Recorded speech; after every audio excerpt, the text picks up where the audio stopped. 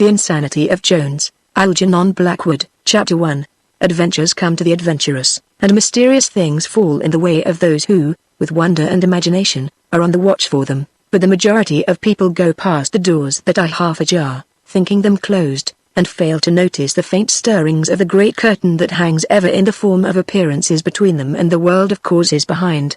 For only to the few whose inner senses have been quickened, perchance by some strange suffering in the depths, or by a natural temperament bequeathed from a remote past, comes the knowledge, not too welcome, that this greater world lies ever at their elbow, and that any moment a chance combination of moods and forces may invite them to cross the shifting frontier. Some, however, are born with this awful certainty in their hearts, and are called to no apprenticeship, and to this select company Jones undoubtedly belonged. All his life he had realized that his senses brought to him merely a more or less interesting set of sham appearances, that space, as men measure it, was utterly misleading, that time, as the clock ticked it in a succession of minutes, was arbitrary nonsense, and, in fact, that all his sensory perceptions were but a clumsy representation of real things behind the curtain, things he was forever trying to get at, and that sometimes he actually did get at.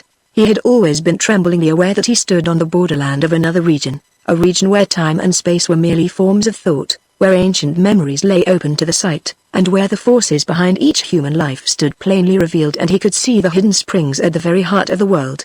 Moreover, the fact that he was a clerk in a fire insurance office, and did his work with strict attention, never allowed him to forget for one moment that, just beyond the dingy brick walls where the 100 men scribbled with pointed pens beneath the electric lamps, there existed this glorious region where the important part of himself dwelt and moved and had its being. For in this region he pictured himself playing the part of a spectator to his ordinary workaday life, watching, like a king, the stream of events, but untouched in his own soul by the dirt, the noise, and the vulgar commotion of the outer world. And this was no poetic dream merely. Jones was not playing prettily with idealism to amuse himself. It was a living, working belief. So convinced was he that the external world was the result of a vast deception practiced upon him by the gross senses, that when he stared at a great building like St. Paul's he felt it would not very much surprise him to see it suddenly quiver like a shape of jelly and then melt utterly away, while in its place stood all at once revealed the mass of color, or the great intricate vibrations, or the splendid sound, the spiritual idea which it represented in stone. For something in this way it was that his mind worked. Yet, to all appearances, and in the satisfaction of all business claims, Jones was normal and unenterprising. He felt nothing but contempt for the wave of modern psychism. He hardly knew the meaning of such words as clairvoyance and clairaudience. He had never felt the least desire to join the Theosophical Society and to speculate in theories of astral plane life, or elementals. He attended no meetings of the Psychical Research Society, and knew no anxiety as to whether his aura was black or blue, nor was he conscious of the slightest wish to mix in with the revival of cheap occultism which proves so attractive to weak minds of mystical tendencies and unleashed imaginations. There were certain things he knew, but none he cared to argue about, and he shrank instinctively from attempting to put names to the contents of this other region, knowing well that such names could only limit and define things that, according to any standards in use in the ordinary world, were simply undefinable and elusive, so that, although this was the way his mind worked, there was clearly a very strong leaven of common sense in Jones. In a word, the man the world and the office knew as Jones was Jones. The name summed him up and labeled him correctly: John Enderby Jones.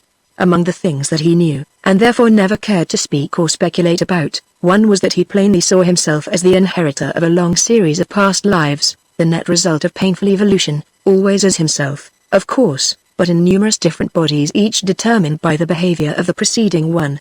The present John Jones was the last result to date of all the previous thinking, feeling, and doing of John Jones in earlier bodies and in other centuries. He pretended to know details, nor claimed distinguished ancestry, for he realized his past must have been utterly commonplace and insignificant to have produced his present, but he was just as sure he had been at this weary game for ages as that he breathed, and it never occurred to him to argue, to doubt, or to ask questions. And one result of this belief was that his thoughts dwelled upon the past rather than upon the future, that he read much history, and felt specially drawn to certain periods whose spirit he understood instinctively as though he had lived in them, and that he found all religions uninteresting because, almost without exception, they start from the present and speculate ahead as to what men shall become, instead of looking back and speculating why men have got here as they are. In the insurance office he did his work exceedingly well, but without much personal ambition. Men and women he regarded as the impersonal instruments for inflicting upon him the pain or pleasure he had earned by his past workings, for chance had no place in his scheme of things at all, and while he recognized that the practical world could not get along unless every man did his work thoroughly and conscientiously, he took no interest in the accumulation of fame or money for himself, and simply, therefore, did his plain duty, with indifference as to results. In common with others who lead a strictly impersonal life, he possessed the quality of utter bravery, and was always ready to face any combination of circumstances, no matter how terrible, because he saw in them the just working out of past causes he had himself set in motion which could not be dodged or modified. And whereas the majority of people had little meaning for him, either by way of attraction or repulsion, the moment he met someone with whom he felt his past had been vitally interwoven, his whole inner being leapt up instantly and shouted the fact in his face, and he regulated his life with the utmost skill and caution, like a sentry on watch for an enemy whose feet could already be heard approaching.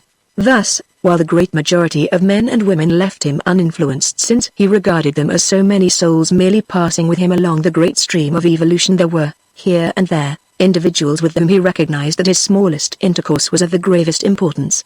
These were persons with whom he knew in every fiber of his being he had accounts to settle, pleasant or otherwise, arising out of dealings in past lives, and into his relations with these few, therefore, he concentrated as it were the efforts that most people spread over their intercourse with a far greater number.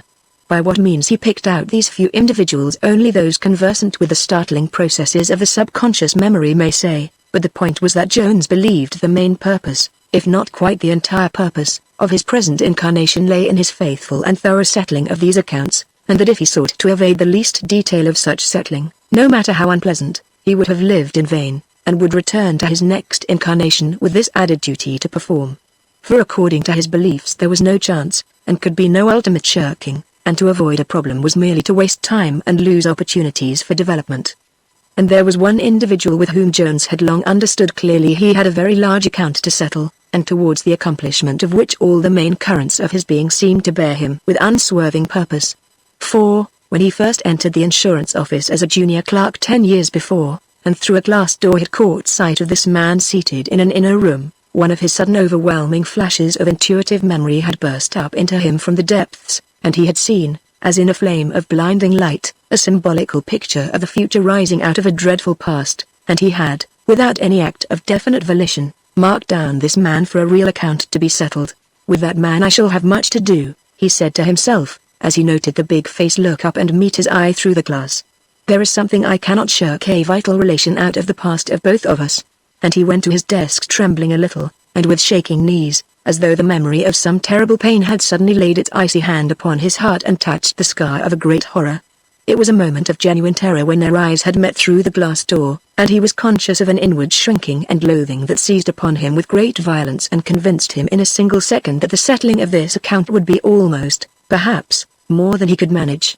The vision passed as swiftly as it came, dropping back again into the submerged region of his consciousness, but he never forgot it, and the whole of his life thereafter became a sort of natural though undeliberate preparation for the fulfillment of the great duty when the time should be ripe.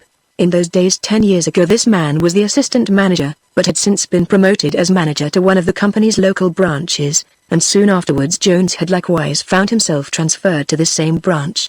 A little later, again, the branch at Liverpool, one of the most important, had been in peril owing to mismanagement and defalcation, and the man had gone to take charge of it, and again, by mere chance apparently, Jones had been promoted to the same place. And this pursuit of the assistant manager had continued for several years, often, too, in the most curious fashion, and though Jones had never exchanged a single word with him, or been so much as noticed indeed by the great man, the clerk understood perfectly well that these moves in the game were all part of a definite purpose. Never for one moment did he doubt that the invisibles behind the veil were slowly and surely arranging the details of it all so as to lead up suitably to the climax demanded by justice, a climax in which himself and the manager would play the leading roles. It is inevitable, he said to himself, and I feel it may be terrible, but when the moment comes I shall be ready, and I pray God that I may face it properly and act like a man. Moreover, as the years passed, and nothing happened, he felt the horror closing in upon him with steady increase. For the fact was Jones hated and loathed the manager with an intensity of feeling he had never before experienced towards any human being. He shrank from his presence, and from the glance of his eyes, as though he remembered to have suffered nameless cruelties at his hands, and he slowly began to realize, moreover, that the matter to be settled between them was one of very ancient standing, and that the nature of the settlement was a discharge of accumulated punishment which would probably be very dreadful in the manner of its fulfillment. When, therefore, the chief cashier one day informed him that the man was to be in London again, this time as general manager of the head office, and said that he was charged to find a private secretary for him from among the best clerks, and further intimated that the selection had fallen upon himself, Jones accepted the promotion quietly, fatalistically, yet with a degree of inward loathing hardly to be described. For he saw in this merely another move and the evolution of the inevitable nemesis which he simply dared not seek to frustrate by any personal consideration, and at the same time he was conscious of a certain feeling of relief that the suspense of waiting might soon be mitigated. A secret sense of satisfaction, therefore, accompanied the unpleasant change, and Jones was able to hold himself perfectly well in hand when it was carried into effect and he was formally introduced as private secretary to the general manager. Now the manager was a large, fat man, with a very red face and bags beneath his eyes. Being short-sighted, he wore glasses that seemed to magnify his eyes, which were always a little bloodshot. In hot weather a sort of thin slime covered his cheeks, for he perspired easily. His head was almost entirely bald, and over his turned-down collar his great neck folded in two distinct reddish collapses of flesh. His hands were big and his fingers almost massive in thickness. He was an excellent businessman, of sane judgment and firm will, without enough imagination to confuse his course of action by showing him possible alternatives, and his integrity and ability caused him to be held in universal respect by the world of business and finance. In the important regions of a man's character, however, and at heart, he was coarse, brutal almost to savagery, without consideration for others, and as a result often cruelly unjust to his helpless subordinates. In moments of temper, which were not infrequent, his face turned a dull purple, while the top of his bald head shone by contrast like white marble, and the bags under his eyes swelled till it seemed they would presently explode with a pop. And at these times he presented a distinctly repulsive appearance, but to a private secretary like Jones, who did his duty regardless of whether his employer was beast or angel, and whose mainspring was principle and not emotion, this made little difference. Within the narrow limits in which anyone could satisfy such a man, he pleased the general manager, and more than once his piercing intuitive faculty, amounting almost to clairvoyance, assisted the chief in a fashion that served to bring the two closer together than might otherwise have been the case, and caused the man to respect in his assistant a power of which he possessed not even the germ himself. It was a curious relationship that grew up between the two, and the cashier, who enjoyed the credit of having made the selection, profited by it indirectly as much as anyone else. So for some time the work of the office continued normally and very prosperously. John Enderby Jones received a good salary, and in the outward appearance of the two chief characters in this history there was little change noticeable, except that the manager grew fatter and redder, and the secretary observed that his own hair was beginning to show rather greyish at the temples. There were, however, two changes in progress, and they both had to do with Jones, and are important to mention. One was that he began to dream evilly. In the region of deep sleep, where the possibility of significant dreaming first develops itself, he was tormented more and more with vivid scenes and pictures in which a tall thin man, dark and sinister of countenance, and with bad eyes, was closely associated with himself. Only the setting was that of a past age, with costumes of centuries gone by, and the scenes had to do with dreadful cruelties that could not belong to modern life as he knew it.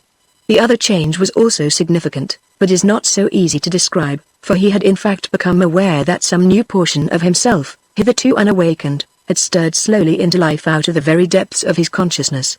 This new part of himself amounted almost to another personality, and he never observed its least manifestation without a strange thrill at his heart, for he understood that it had begun to watch the manager. Chapter 2. It was the habit of Jones, since he was compelled to work among conditions that were utterly distasteful, to withdraw his mind wholly from business once the day was over. During office hours he kept the strictest possible watch upon himself, and turned the key on all inner dreams, lest any sudden uprush from the deeps should interfere with his duty. But, once the working day was over, the gates flew open, and he began to enjoy himself.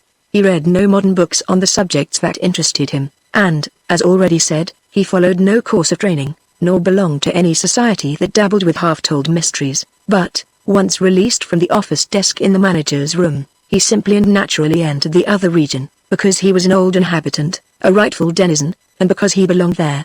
It was, in fact, really a case of dual personality, and a carefully drawn agreement existed between Jones of the Fire Insurance Office and Jones of the Mysteries, by the terms of which, under heavy penalties, neither region claimed him out of hours.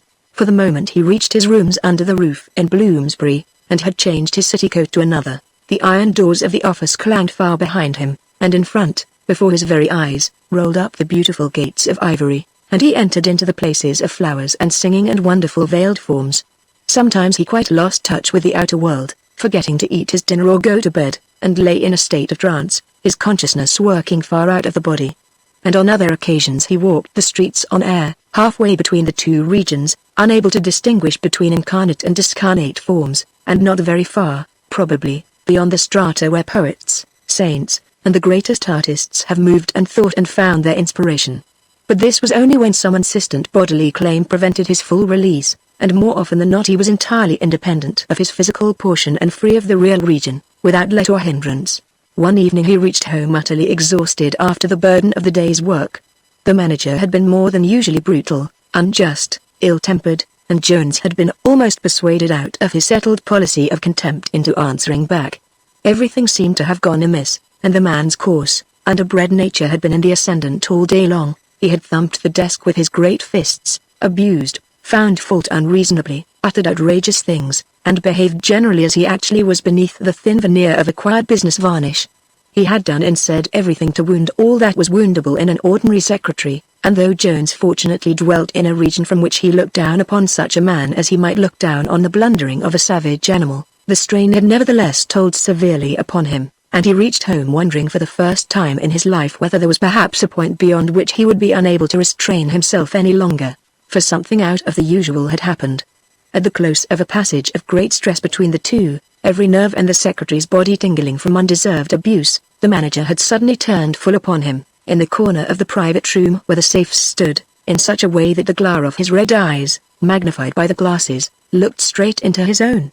And at this very second that other personality in Jones, the one that was ever watching, rose up swiftly from the deeps within and held a mirror to his face. A moment of flame and vision rushed over him, and for one single second, one merciless second of clear sight, he saw the manager as the tall dark man of his evil dreams, and the knowledge that he had suffered at his hand some awful injury in the past crashed through his mind like the report of a cannon. It all flashed upon him and was gone, changing him from fire to ice, and then back again to fire, and he left the office with a certain conviction in his heart that the time for his final settlement with the man, the time for the inevitable retribution, was at last drawing very near. According to his invariable custom, however, he succeeded in putting the memory of all this unpleasantness out of his mind with the changing of his office coat, and after dozing a little in his leather chair before the fire, he started out as usual for dinner in the Soho French restaurant, and began to dream himself away into the region of flowers and singing, and to commune with the invisibles that were the very sources of his real life and being, for it was in this way that his mind worked, and the habits of years had crystallized into rigid lines along which it was now necessary and inevitable for him to act. At the door of the little restaurant he stopped short, a half-remembered appointment in his mind. He had made an engagement with someone, but where, or with whom, had entirely slipped his memory. He thought it was for dinner, or else to meet just after dinner, and for a second it came back to him that it had something to do with the office, but, whatever it was, he was quite unable to recall it, and a reference to his pocket engagement book showed only a blank page. Evidently he had even omitted to enter it, and after standing a moment vainly trying to recall either the time, place, or person, he went in and sat down, but though the details had escaped him, his subconscious memory seemed to know all about it, for he experienced a sudden sinking of the heart, accompanied by a sense of foreboding anticipation, and felt that beneath his exhaustion there lay a center of tremendous excitement. The emotion caused by the engagement was at work, and would presently cause the actual details of the appointment to reappear. Inside the restaurant the feeling increased. Instead of passing, someone was waiting for him somewhere, someone whom he had definitely arranged to meet. He was expected by a person that very night and just about that very time. But by whom? Where? A curious inner trembling came over him, and he made a strong effort to hold himself in hand and to be ready for anything that might come, and then suddenly came the knowledge that the place of appointment was this very restaurant, and, further, that the person he had promised to meet was already here, waiting somewhere quite close beside him. He looked up nervously and began to examine the faces round him. The majority of the diners were Frenchmen, chattering loudly with much gesticulation and laughter, and there was a fair sprinkling of clerks like himself who came because the prices were low and the food good, but there was no single face that he recognized until his glance fell upon the occupant of the corner seat opposite, generally filled by himself. "There's the man who's waiting for me," thought Jones instantly. He knew it at once. The man he saw was sitting well back into the corner, with a thick overcoat buttoned tightly up to the chin. His skin was very white, and a heavy black beard grew far up over his cheeks. At first the secretary took him for a stranger, but when he looked up and their eyes met, a sense of familiarity flashed across him, and for a second or two Jones imagined he was staring at a man he had known years before. For, barring the beard, it was the face of an elderly clerk who had occupied the next desk to his own when he first entered the service of the insurance company, and had shown him the most painstaking kindness and sympathy in the early difficulties of his work. But a moment later the illusion passed, for he remembered that Thorpe had been dead at least 5 years. The similarity of the eyes was obviously a mere suggestive trick of memory. The two men stared at one another for several seconds, and then Jones began to act instinctively, and because he had to. He crossed over and took the vacant seat at the other's table, facing him, for he felt it was somehow imperative to explain why he was late, and how it was he had almost forgotten the engagement altogether. No honest excuse, however, came to his assistance, though his mind had begun to work furiously. "Yes, you are late," said the man quietly, before he could find a single word to utter. "But it doesn't matter. Also, you had forgotten the appointment, but that makes no difference either. I knew that there was an engagement," Jones stammered, passing his hand over his forehead, "but somehow, you will recall it presently," continued the other in a gentle voice, and smiling a little. "It was in deep sleep last night we arranged this, and the unpleasant occurrences of today have for the moment obliterated it." A faint memory stirred within him as the man spoke, and a grove of trees with moving forms hovered before his eyes and then vanished again, while for an instant the stranger seemed to be capable of self-distortion and to have assumed vast proportions, with wonderful flaming eyes. "Oh!" he gasped. "It was there in the other region?" "Of course," said the other, with a smile that illumined his whole face. "You will remember presently, all in good time, and meanwhile you have no cause to feel afraid." There was a wonderful soothing quality in the man's voice, like the whispering of a great wind, and the clerk felt calmer at once. They sat a little while longer, but he could not remember that they talked much or ate anything. He only recalled afterwards that the head waiter came up and whispered something in his ear, and that he glanced round and saw the other people were looking at him curiously, some of them laughing, and that his companion then got up and led the way out of the restaurant. They walked hurriedly through the streets, neither of them speaking, and Jones was so intent upon getting back the whole history of the affair from the region of deep sleep, that he barely noticed the way they took. Yet it was clear he knew where they were bound for just as well as his companion, for he crossed the streets often ahead of him, diving down alleys without hesitation, and the other followed always without correction. The pavements were very full, and the usual night crowds of London were surging to and fro in the glare of the shop lights, but somehow no one impeded their rapid movements, and they seemed to pass through the people as if they were smoke. And, as they went, the pedestrians and traffic grew less and less, and they soon passed the Mansion House and the deserted space in front of the Royal Exchange, and so on down Fenchurch Street and within sight of the Tower of London, rising dim and shadowy in the smoky air. Jones remembered all this perfectly well, and thought it was his intense preoccupation that made the distance seem so short. But it was when the tower was left behind and they turned northwards that he began to notice how altered everything was, and saw that they were in a neighborhood where houses were suddenly scarce, and lanes and fields beginning, and that their only light was the stars overhead. And, as the deeper consciousness more and more asserted itself to the exclusion of the surface happenings of his mere body during the day, the sense of exhaustion vanished, and he realized that he was moving somewhere in the region of causes behind the veil, beyond the gross deceptions of the senses, and released from the clumsy spell of space and time. Without great surprise, therefore, he turned and saw that his companion had altered, had shed his overcoat and black hat, and was moving beside him absolutely without sound. For a brief second he saw him, tall as a tree, extending through space like a great shadow, misty and wavering of outline, followed by a sound like wings in the darkness, but, when he stopped, fear clutching at his heart, the other resumed his former proportions, and Jones could plainly see his normal outline against the green field behind. Then the secretary saw him fumbling at his neck, and at the same moment the black beard came away from the face in his hand. "Then you are Thorpe," he gasped, yet somehow without overwhelming surprise. They stood facing one another in the lonely lane, trees meeting overhead and hiding the stars, and a sound of mournful sighing among the branches. "I am Thorpe," was the answer in a voice that almost seemed part of the wind. "And I have come out of our far past to help you, for my debt to you is large, and in this life I had but small opportunity to repay." Jones thought quickly of the man's kindness to him in the office, and a great wave of feeling surged through him as he began to remember dimly the friend by whose side he had already climbed, perhaps through vast ages of his soul's evolution. "To help me now?" he whispered. "You will understand me when you enter into your real memory and recall how great a debt I have to pay for old faithful kindnesses of long ago," sighed the other in a voice like falling wind. "Between us, though, there can be no question of debt," Jones heard himself saying, and remembered the reply that floated to him on the air and the smile that lightened for a moment the stern eyes facing him. Not of debt, indeed, but of privilege. Jones felt his heart leap out towards this man, this old friend, tried by centuries and still faithful. He made a movement to seize his hand, but the other shifted like a thing of mist, and for a moment the clerk's head swam and his eyes seemed to fail. "Then you are dead?" he said under his breath with a slight shiver. "5 years ago I left the body you knew," replied Thorpe. "I tried to help you then instinctively, not fully recognizing you. But now I can accomplish far more," with an awful sense of foreboding and dread in his heart.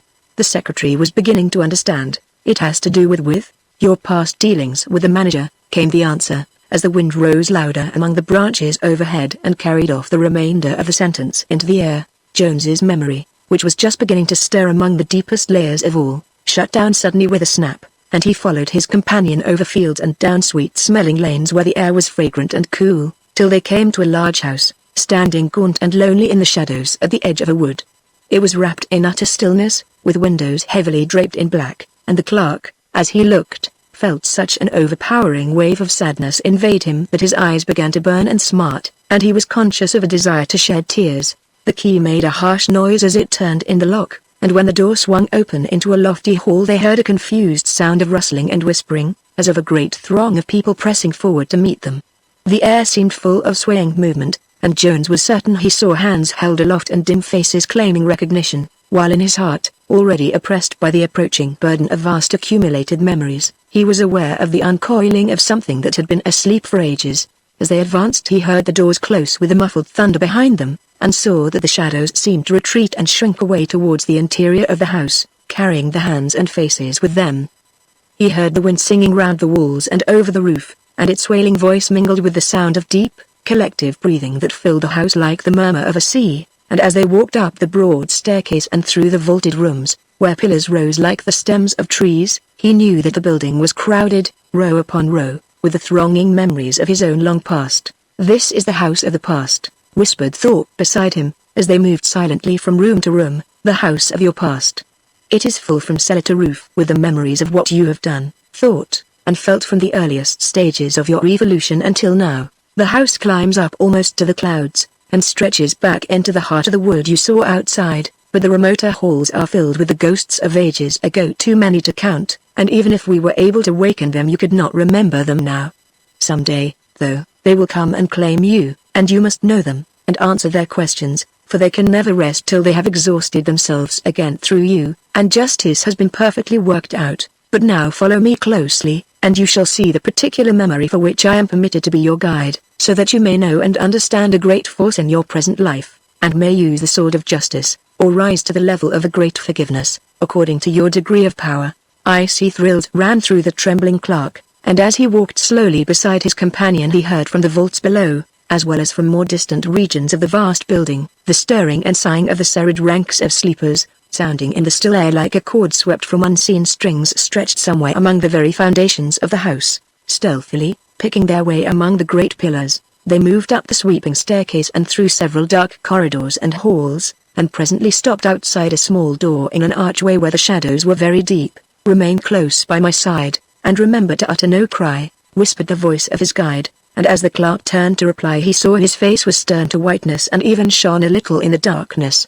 The room they entered seemed at first to be pitchy black, but gradually the secretary perceived a faint reddish glow against the further end, and thought he saw figures moving silently to and fro. "Now watch," whispered Thorpe, as they pressed close to the wall near the door and waited.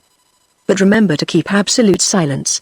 It is a torture scene." Jones felt utterly afraid, and would have turned to fly if he dared, for an indescribable terror seized him and his knees shook. but some power that made escape impossible held him remorselessly there, and with eyes glued on the spot of light he crouched against the wall and waited. The figures began to move more swiftly, each in its own dim light that shed no radiance beyond itself. And he heard a soft clanking of chains and the voice of a man groaning in pain. Then came the sound of a door closing, and thereafter Jones saw but one figure, the figure of an old man, naked entirely, and fastened with chains to an iron framework on the floor. His memory gave a sudden leap of fear as he looked, for the features and white beard were familiar, and he recalled them as though of yesterday. The other figures had disappeared, and the old man became the center of the terrible picture.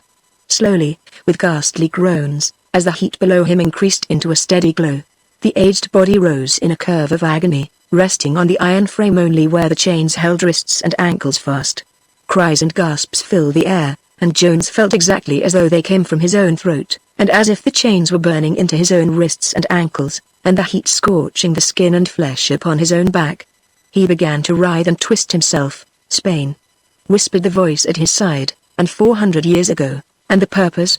gasped the perspiring clerk, though he knew quite well what the answer must be. "To extort the name of a friend, to his death and betrayal," came the reply through the darkness. A sliding panel opened with a little rattle in the wall immediately above the rack, and a face, framed in the same red glow, appeared and looked down upon the dying victim. Jones was only just able to choke a scream, for he recognized the tall dark man of his dreams. With horrible, gloating eyes he gazed down upon the writhing form of the old man, and his lips moved as in speaking, though no words were actually audible. "He asks again for the name," explained the other, as the clerk struggled with the intense hatred and loathing that threatened every moment to result in screams and action. His ankles and wrists pained him so that he could scarcely keep still, but a merciless power held him to the scene. He saw the old man, with a fierce cry, raise his tortured head and spit up into the face at the panel, and then the shutter slid back again, and a moment later the increased glow beneath the body, accompanied by awful writhing, told of the application of further heat. There came the odor of burning flesh, the white beard curled and burned to a crisp, the body fell back limp upon the red-hot iron, and then shot up again in fresh agony. Cry after cry, the most awful in the world, rang out with deadened sound between the four walls, and again the panel slid back creaking, and revealed the dreadful face of the torturer. Again the name was asked for, and again it was refused, and this time, after the closing of the panel, a door opened, and the tall thin man with the evil face came slowly into the chamber. His features were savage with rage and disappointment, and in the dull red glow that fell upon them he looked like a very prince of devils. In his hand he held a pointed iron at white heat. "Now the murder," came from Thorpe in a whisper that sounded as if it was outside the building and far away. Jones knew quite well what was coming, but it was unable even to close his eyes. He felt all the fearful pains himself just as though he were actually the sufferer, but now, as he stared, he felt something more besides, and when the tall man deliberately approached the rack and plunged the heated iron first into one eye and then into the other, he heard the faint fizzing of it, and felt his own eyes burst in frightful pain from his head. At the same moment, unable longer to control himself, he uttered a wild shriek and dashed forward to seize the torturer and tear him to 1,000 pieces. Instantly, in a flash, the entire scene vanished, darkness rushed in to fill the room, and he felt himself lifted off his feet by some force like a great wind and borne swiftly away into space. When he recovered his senses he was standing just outside the house and the figure of Thorpe was beside him in the gloom. The great doors were in the act of closing behind him, but before they shut he fancied he caught a glimpse of an immense veiled figure standing upon the threshold, with flaming eyes, and in his hand a bright weapon like a shining sword of fire. "Come quickly now, all is over," Thorpe whispered. "And the dark man?" gasped the clerk, as he moved swiftly by the other's side. "In this present life is the manager of the company, and the victim was yourself, and the friend I refused to betray." "I was that friend," answered Thorpe, his voice with every moment sounding more and more like the cry of the wind. "You gave your life in agony to save mine, and again, in this life, we have all three been together." "Yes. Such forces are not soon nor easily exhausted, and justice is not satisfied till all have reaped what they sowed." Jones had an odd feeling that he was slipping away into some other state of consciousness. Thorpe began to seem unreal. Presently he would be unable to ask more questions. He felt utterly sick and faint with it all, and his strength was ebbing. "Oh, quick!" he cried, "now tell me more. Why did I see this? What must I do?" The wind swept across the field on their right and entered the wood beyond with a great roar, and the air around him seemed filled with voices and the rushing of hurried movement. "To the ends of justice," answered the other, as though speaking out of the center of the wind and from a distance, which sometimes is entrusted to the hands of those who suffered and were strong. One wrong cannot be put right by another wrong, but your life has been so worthy that the opportunity is given to. The voice grew fainter and fainter, already it was far overhead with the rushing wind. You may punish or here Jones lost sight of Thorpe's figure altogether, for he seemed to have vanished and melted away into the wood behind him. His voice sounded far across the trees, very weak, and ever rising, or if you can rise to the level of a great forgiveness. The voice became inaudible. The wind came crying out of the wood again. Jones shivered and stared about him. He shook himself violently and rubbed his eyes. The room was dark, the fire was out, he felt cold and stiff. He got up out of his armchair, still trembling, and lit the gas. Outside the wind was howling, and when he looked at his watch he saw that it was very late and he must go to bed. He had not even changed his office coat. He must have fallen asleep in the chair as soon as he came in, and he had slept for several hours. Certainly he had eaten no dinner, for he felt ravenous. Chapter 3. Next day, and for several weeks thereafter, the business of the office went on as usual, and Jones did his work well and behaved outwardly with perfect propriety. No more visions troubled him, and his relations with the manager became, if anything, somewhat smoother and easier.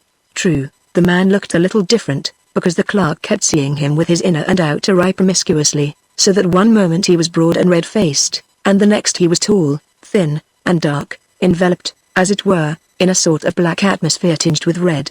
While at times a confusion of the two sights took place, and Jones saw the two faces mingled in a composite countenance that was very horrible indeed to contemplate. But, beyond this occasional change in the outward appearance of the manager, there was nothing that the secretary noticed as the result of his vision, and business went on more or less as before, and perhaps even with a little less friction. But in the rooms under the roof in Bloomsbury it was different, for there it was perfectly clear to Jones that Thorpe had come to take up his abode with him. He never saw him, but he knew all the time he was there. Every night on returning from his work he was greeted by the well-known whisper, "Be ready when I give the sign." And often in the night he woke up suddenly out of deep sleep and was aware that Thorpe had that minute moved away from his bed and was standing waiting and watching somewhere in the darkness of the room. Often he followed him down the stairs, though the dim gas jet on the landings never revealed his outline, and sometimes he did not come into the room at all, but hovered outside the window, peering through the dirty panes, or sending his whisper into the chamber in the whistling of the wind. For Thorpe had come to stay, and Jones knew that he would not get rid of him until he had fulfilled the ends of justice and accomplished the purpose for which he was waiting. Meanwhile, as the days passed, he went through a tremendous struggle with himself, and came to the perfectly honest decision that the level of a great forgiveness was impossible for him, and that he must therefore accept the alternative and use the secret knowledge placed in his hands and execute justice. And once this decision was arrived at, he noticed that Thorpe no longer left him alone during the day as before, but now accompanied him to the office and stayed more or less at his side all through business hours as well. His whisper made itself heard in the streets and in the train, and even in the manager's room where he worked, sometimes warning, sometimes urging, but never for a moment suggesting the abandonment of the main purpose, and more than once so plainly audible that the clerk felt certain others must have heard it as well as himself. The obsession was complete. He felt he was always under Thorpe's side day and night, and he knew he must acquit himself like a man when the moment came, or prove a failure in his own sight as well in the sight of the other. And now that his mind was made up, nothing could prevent the carrying out of the sentence. He bought a pistol, and spent his Saturday afternoons practicing at a target in lonely places along the Essex shore, marking out in the sand the exact measurements of the manager's room. Sundays he occupied in like fashion, putting up at an inn overnight for the purpose, spending the money that usually went into the savings bank on traveling expenses and cartridges. Everything was done very thoroughly, for there must be no possibility of failure, and at the end of several weeks he had become so expert with his six-shooter that at a distance of 25 feet, which was the greatest length of the manager's room, he could pick the inside out of a halfpenny 9 times out of a dozen, and leave a clean, unbroken rim. There was not the slightest desire to delay. He had thought the matter over from every point of view his mind could reach, and his purpose was inflexible. Indeed, he felt proud to think that he had been chosen as the instrument of justice in the infliction of so well-deserved and so terrible a punishment. Vengeance may have had some part in his decision, but he could not help that, for he still felt at times the hot chains burning his wrists and ankles with fierce agony through to the bone. He remembered the hideous pain of his slowly roasting back, and the point when he thought death must intervene to end his suffering, but instead new powers of endurance had surged up in him, and awful further stretches of pain had opened up, and unconsciousness seemed farther off than ever. Then at last the hot irons in his eyes. It all came back to him, and caused him to break out in icy perspiration at the mere thought of it. The vile face at the panel. The expression of the dark face. His fingers worked. His blood boiled. It was utterly impossible to keep the idea of vengeance altogether out of his mind. Several times he was temporarily balked of his prey. Odd things happened to stop him when he was on the point of action. The first day, for instance, the manager fainted from the heat. Another time when he had decided to do the deed, the manager did not come down to the office at all.